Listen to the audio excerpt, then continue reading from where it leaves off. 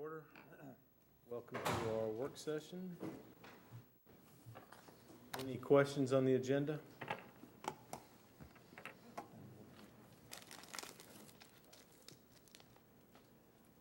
How about the consent agenda? A lot of contracts on there tonight.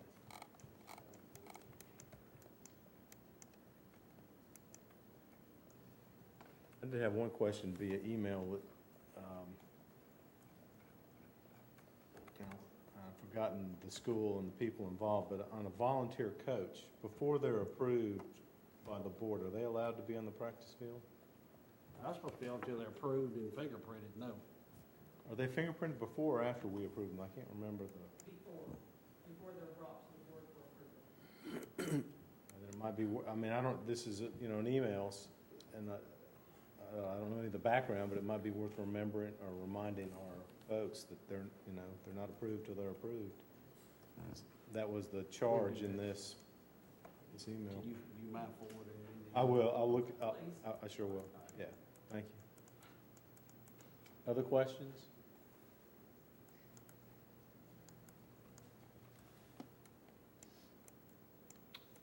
Okay, I don't hear any, so 6 and 7 and 8 we'll do tomorrow night, I'd take it? Yes, sir. Number 9. Capital projects, 2011-2012 budget. 2011-12 budget request for capital projects fund is $2,343,064. $2,276,064 is for account 91-300-335 building repairs. The proposed projects are listed tab 2. 47,000 is for the trustees commission account 72-310-510.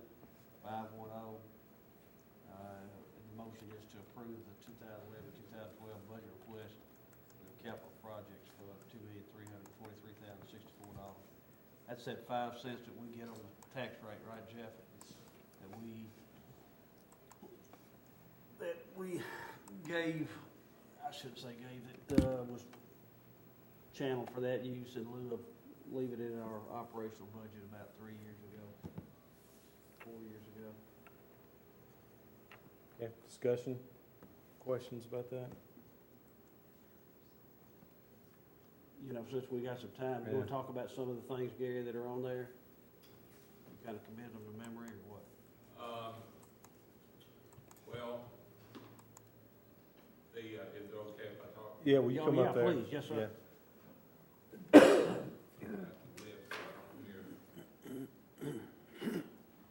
Of course, we did the design on the sewer system for Kittrell and Las Casas to get the state off of back because of the corrosion there. And this year we're carrying over some funds above what were in those design fees and then adding some money with it and doing Kittrell. The next budget will take care of Las Casas. Then we've got roofing projects, McFadden, Buchanan, Rockvale Elementary School, Smyrna Primary, and Walter Hill. We're going to spend about $1.2 million on those, on new roof. Then renovation, we have another $100,000 in there for some odds and ends at McFadden that weren't completed under the previous project. Campus school, that should wrap this up. We'll have to get the money in this budget so we can meet our obligation, which has got to be finished by August of 2012 at campus school. Paving, McFadden, $75,000, and then Riverdale, we're going to add some parking over there to get rid of some of their congestion. And then HVAC, Smyrna High School, we're going to put the same ed packs in those that we did at Oakland, Riverdale, and Laverne. So that brings us to a grand total of $2,376,000 for the capital improvements this following budget year. Okay, Tim. I'd just be curious, is long range broad picture, what kind of shape are our schools in overall? Do you see any schools out there, I guess, in the next foreseeable future, are going to require a fair amount of money? Well, the standard things that we've been doing is roofing, we've been replacing HVAC, we've been doing paving, sometimes repainting, and sealing of the gym floors. And we've moved a lot of those things into our standard budget for maintenance, like painting and sealing of gym floors and some of the smaller HVAC things that units that need to be replaced. We do have a long 5-year plan on roofing repairs. And just like these latest storms, we get maybe 2 or 3 leak work orders that come in. So we've got that long-term plan out there to continue to replace these roofs as they go out of warranty and then they start really having problems with them. Our HVAC is in very good shape right now because we replaced all those old systems with the 4-pipe systems. We have Windows still is one of the last schools over at Holloway that we need to get working in the next couple of years, get new windows all the way through the school. Paving is a continuing kind of process. We will have, we've got that main drive up there at Wilson Elementary that we've got to do up that side and try to get it. It's getting in pretty bad shape. The developer that built the housing there beside it, it never was designed for heavy-duty traffic, and they had a lot of heavy trucks on there, so it'll end up failing in another 3 years, so we'll have to replace that. And that right off the top of my head, that's all I can think of. But we are thinking out in the future and trying to stay on top of these. But right now, our schools are in better shape than they've ever been in. We've got all the newer schools, and then we've gone back. Y'all have approved money. County Commission approved money to renovate these schools. So, for everywhere from Christiana, I think Smyrna Primary needs some work on it. Smyrna Middle, we've done several things. It'll have to have some work, but we've done several things over the last 6 years, done a little bit every year, and we spent a lot of money up there. Seats, auditorium seats, new gym floor, HVAC, canopies, awnings, just a number of different things. So we try to manage our maintenance budget. If we see a little light there at the end of the tunnel, we take that money and apply it somewhere that needs to be worked on. Okay, other questions? Yep. Oh, I'm sorry. Donald? Go ahead. The other night, I was at Riverdale, and there was a gentleman who came up to me about Smyrna Middle School, about the locker room. Has anyone said anything to you about the condition of locker rooms or dressing rooms at? We have taken the old showers and things out of there, and we've done that out of our normal maintenance budget. We've painted in there and done some different things. And over the last 3 or 4 years, we've kind of done a little bit here and there, but they could stand to have some money applied to them to go in there and really get them in tip-top shape and get them refreshed and cleaned and in good shape. There never was any storage room there. Is that still the case? No storage room? For the gym and the locker rooms? No, they'd actually been using those locker rooms for storage. So they are lacking in some storage. I thought there was a storage room on the end where the girls' locker room towards the front of the building. I know there's not on the boys' I side. think they were just using it for storage, Okay. from what I recall. I know I think about 2 years ago, you put all the lockers, because the boys' side didn't have lockers at one time, but they do now. Right. And the girls' side too. so. And we got some of those old showers and things out of there and put lockers in at that time. So we worked on it, but they're not up to what the new schools are. But they've had a lot of work applied to them. One quick question, we actually, I think there was a story at D&J, and I know we've got one person in particular critical, our playground maintenance. Talk about, just real quick, what we've done with respect to playgrounds and how we ensure their safety. The playground, Mr. Evans did a study on the playground. And I think the worst thing we've had happen is maybe a broken arm or something like that. James, Mr. Evans to get started with.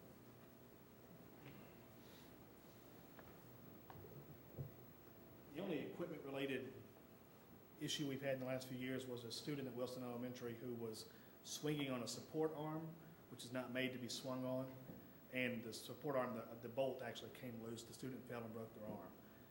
That's kind of a combination of equipment problem and a supervision issue. But other than that, there wasn't any situations where we've had something happen that wasn't just because someone fell or had a normal accident, just kids running around and bumping each other, things like that, not equipment issues.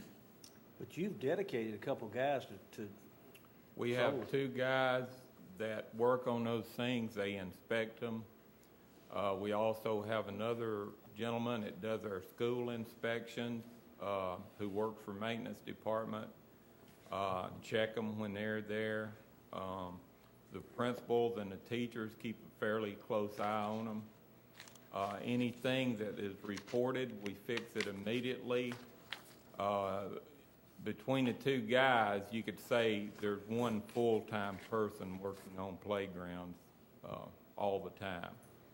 And on top of that now, the ERA money that we just spent, we went in and upgraded all the elementary schools that were where we had accessibility problems and those types of things, and put in a concrete pad with a very soft surface on it, just like a running track at a high school. We also added a bunch of different locations where there are challenges for the special needs children. Our playgrounds are in better shape right now than they've ever been in, and I would say that we can put them up with anybody else in the state, and we would be above most of the people in the state as far as safety, looks, and accessibility. Thank you. But what I'm hearing you say, and what I have known all along, is you don't wait for problems to be reported. You actually are going out inspecting these playgrounds. We are. Seemed to be a chronic complaint from this person who I think misunderstood what our procedures were on them. Well, we've turned over hundreds of pages of work orders, all kind of stuff. We haven't heard from this lady in a while, which is good. We haven't had any real safety issues. So, I don't know what else we can do to satisfy her. Thank you for that. Thank you, Mr. Marty. Any other questions or comments about anything capital related? Okay, B. Cafeteria Fund 2011-2012 budget, Fund 143. This version of the 2011-2012 Cafeteria Fund budget is very preliminary. The reauthorization of the School Nutrition Act will require changes that are still being discussed. Recommend that forward the 2011-2012 budget for the cafeteria fund 143 with $14,881,100 in revenues and $15,696,600 in expenditures to the county commission as presented. Discussion?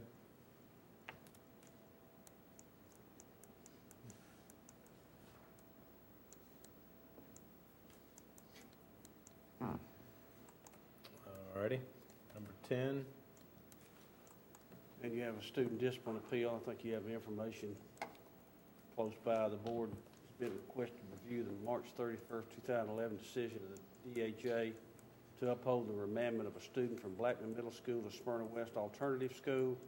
This review is pursuant to the provisions of policy 6.318. Policy states that the board shall review the record and shall, 1, affirm the decision of the DHA, 2, modify the decision to a lesser penalty, 3, to grant a second hearing, which would be before the board, or 4, deny a request for a board hearing. okay, so be sure to read that packet before tomorrow night and come ready to make a decision. Takes us to general discussion. Wayne? With all the other legislation that's out there that affects schools, I kind of lost track of this one. Matter of fact, when I saw it, I thought of calling it the Doris Jernigan statute, because he always talked about the trustees commission. So I know that there was a bill presented to modify the trustees commission to only give the trustee whatever he needed out of that to maintain his office, that portion, and I lost track of it, so I'll try to find out and bring that back to the board tomorrow night and let you know if it didn't make it out of committee or if it still has some teeth. So I'll find that out and report back to you tomorrow night. Thank you. Other issues? I want to say one thing. Sure. It's the potentials that you might hear from 1, 2, 3, 4 teachers over the course of their decision to retire in relationship to insurance. And Paul, I want you to step up here because you and I have met with a couple of people. In each case, felt their pain. However, we're not in a position to do anything about it. There are different levels of, and it also applied to Rhonda Holton, but in this particular case, even though a teacher may be able to retire at 30 years, they can't retire at 29 years and use a 6 years worth of sick leave and qualify for full insurance benefits. Yes, sir. There are two things to consider. When we hire an employee, either as an interim teacher, because that experience counts, or as a regular full-time teacher, payroll reports their experience as that employee to the state of Tennessee. And that's the regular paid work days that they earn. So typically a teacher will earn 200 days a year or 1 year's experience. There are times when a teacher may be hired as a substitute for 30 days during the first year, and then after that hired as a regular teacher, and at 30 years think that they have 30 years of experience, but they don't. They have 29 years, 8 months, and 12 days. So they don't have the experience time, the service time to retire with the health benefits, the insurance benefits, because for that you must have the 30 years. And again, it's at any age. It depends on the category. I mean, I could retire because I'm at an age and I have the 30 years and time on the plan, but someone else might want to retire who is not yet 55, and they must have 30 years of service time. And service time, again, is generated based on the time they work for the system as a regular employee. We've had a situation this year where someone thought they had 30 years service time, but they actually didn't. But they do have, according to their TCRS report, 30 years because they added in the sick days that they've accumulated over a period of time. Well, sick days that are accumulated are not counted towards service time, but they are used when you retire through TCRS to add those days in and maybe earn the retirement funds for maybe 31 years or something like that. but again, it's not counted as service time. And Mr. Tackett, you know about That's this. what I said, because hallelujah to that. they're two separate things. So we've had some folks that thought they could retire because they thought they had 30 years of service time, and they actually didn't. And So it's clearly on their TCRS report. It tells them how much service time, but they thought the sick days counted when they were considering the insurance benefits. So with respect to the two ladies that we talked to, so if you've got 29 years and 3 months actual service, I don't know if it matters if you're 55 or not at that point, but what kind of benefits do they qualify for? They would not qualify for Nothing. benefits unless they have the 30 years full of 30 service years. time. So they'll have to come back, and in that particular case, we told her she's got to come back and get One 6 whole teacher months. she And needed just to so come folks back. know, we don't have any say-so, any clout with that. That's something that I think maybe the insurance committee or the mayor recommended the county commission, and that's what they approved. They would be the only ones that could overturn that. Service time has always been considered, service time as reported to the state for time worked. Where again, the TCRS allows you to use your accumulated sick days for funding time. Am I saying that right, Jeff? For amount they can use towards their TCRS funding, because it allows you to pad every 20 days earns you 1 month of time through TCRS, but it doesn't accumulate service time. I know it's hard to explain that, and I apologize if I'm not very clear there. So this problem's been around a long time, or potential problem, right? It's not due to Correct. that redo of Correct. In my 6 years, I've never seen this come up before, because on your TCRS report, it tells you clearly the amount of service time you have each year when you get that report. But these two people thought that they could use their sick days towards their service time, because TCRS allowed you to use them Right. when Are you're you gonna creating the funds. hire them back or allow them to Oh, come yeah, back? absolutely. Okay. Matter of fact, they turned in their resignation. We said, hey, we notified them immediately, hey, we're certainly going to pull your resignation, let you finish at your time, Okay, good. and I presume they're going to do that. One only needed about 23 days, Yeah. and she made the decision to go ahead and retire Yeah. because her husband could pick That's her right. up on his insurance policy cheaper than she could with our policy through the Yeah. system as a retiree. The other one actually had not turned in her retirement paperwork, Okay. so she decided just to hold. I stand corrected. At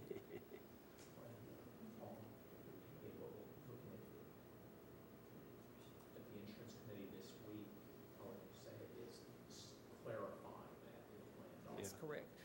The Rutherford County handbook actually has that very clearly denoted in there, but the insurance committee is going to go back to that GASB report that has been retyped so many times to clarify, and they're going to add that language in there as well to make sure people that see that will be able to understand it. Okay, thank you. Well, it's unfortunate that they have to go through this anguish, but at the same time, it does serve as a reminder for others too. I mean, I think it's important that they kind of recognize that through, that you really need to be real clear of all your steps before you anticipate anything, because it's not as simple as you might want. That is correct, and we always tell people, call the insurance department and talk with them prior to retirement to make sure everything is falling into place the way you expect it to. Thank you, Paul. Harry, do you have and you might not, but I know in some news coverage last weekend, they were speculating that there might be a vote on the collective bargaining bill this week in the legislature. I haven't heard Wayne, have anything. you heard anything? This week, no. I'll check with TSBA and report back to you tomorrow on that also. Other discussion?